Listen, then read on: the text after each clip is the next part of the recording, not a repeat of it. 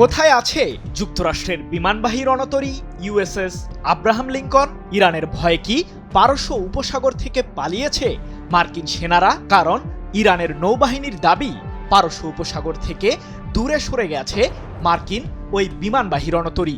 যদিও যুক্তরাষ্ট্রের president Donald Trump সম্প্রতি জানিয়েছেন ইরানকে ঘায়েল করতে মধ্যপ্রাচ্যের দিকে মার্কিন আরেকটি রণতরী এগিয়ে যাচ্ছে। কি ঘটতে চলেছে ইরান ও যুক্তরাষ্ট্রের মাঝে?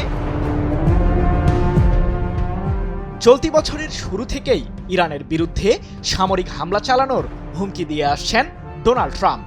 সেই সাথে ইউএসএস আব্রাহাম লিঙ্কন রণতরী মধ্যপ্রাচ্যের নির্দিষ্ট জলসীমায় পৌঁছানোর পর থেকেই উত্তেজনার পারদ যেন আরও বেড়ে যায়। কিন্তু ইরানের বিরুদ্ধে এখন পর্যন্ত কোনো সামরিক পদক্ষেপ নিতে পারেননি মার্কিন প্রেসিডেন্ট।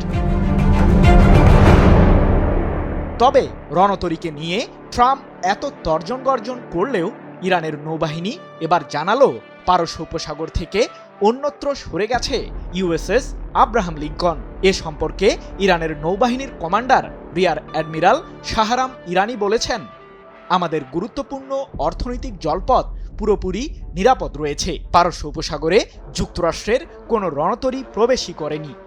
ইরানের এই শীর্ষ সামরিক কর্মকর্তার বরাতে 11 ফেব্রুয়ারি এক প্রতিবেদনে বিষয়টি নিশ্চিত করেছে সংবাদ মাধ্যম ওয়ানা নিউজ এজেন্সি।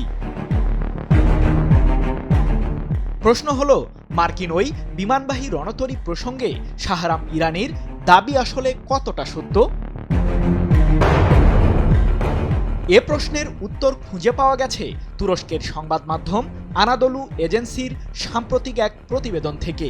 এ প্রসঙ্গে সংবাদ মাধ্যমটির দাবি, মার্কিন বিমানবাহী রণতরী ইউএসএস আব্রাহাম লিঙ্কন বর্তমানে আরব সাগরে অবস্থান করছে, যেখানে সম্প্রতি ট্রাম্পের মধ্যপ্রাচ্য বিষয়ক বিশেষ দূত স্টিভ উইটকফ পরিদর্শন করেছিলেন।